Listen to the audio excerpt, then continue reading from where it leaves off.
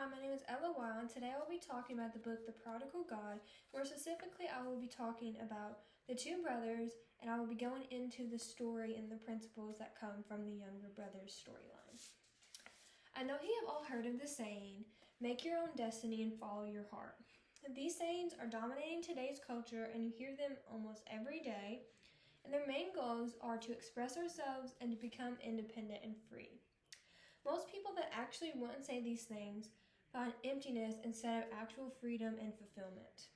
In the book The Prodigal God by Timothy Keller, he describes this as the younger brother's lostness.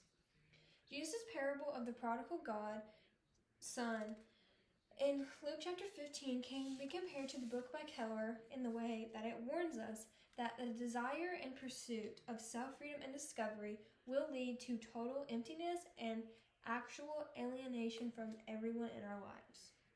Today I will be talking about the specific principle today. This principle in the book challenges the modern day culture that prioritizes self-freedom and individualism and discovery.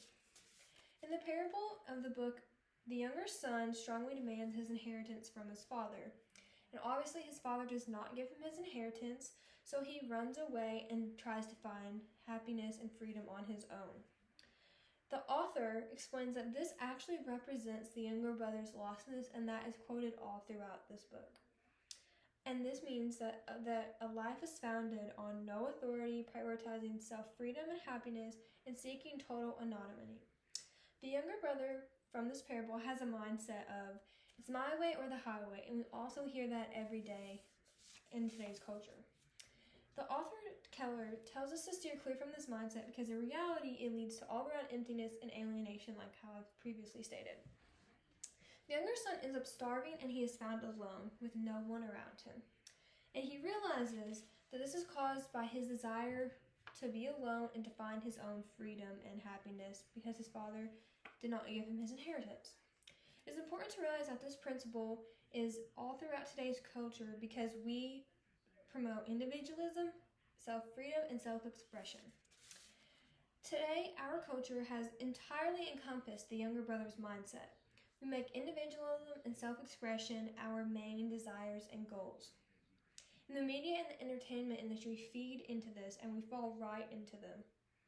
They make it seem like fulfillment goes hand in hand with self-freedom, when it really does not.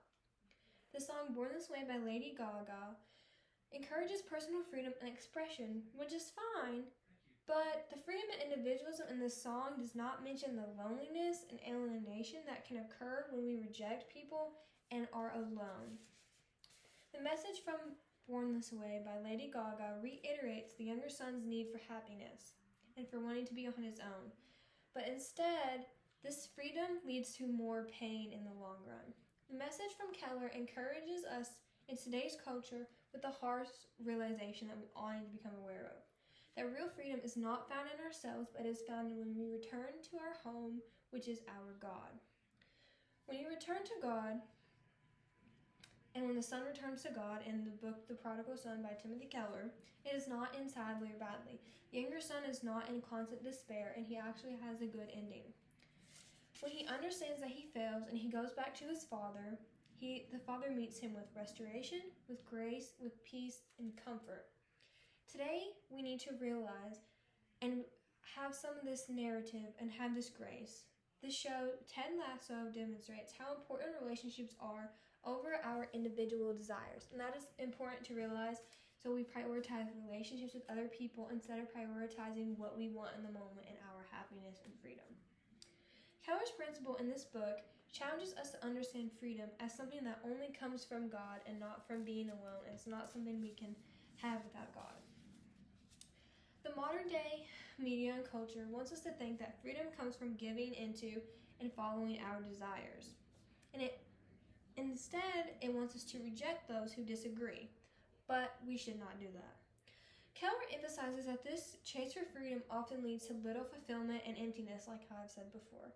The younger brother's lostness shows us that real freedom can't be found in running away, but it is found when we are restored with our Father. I want to conclude by asking you this.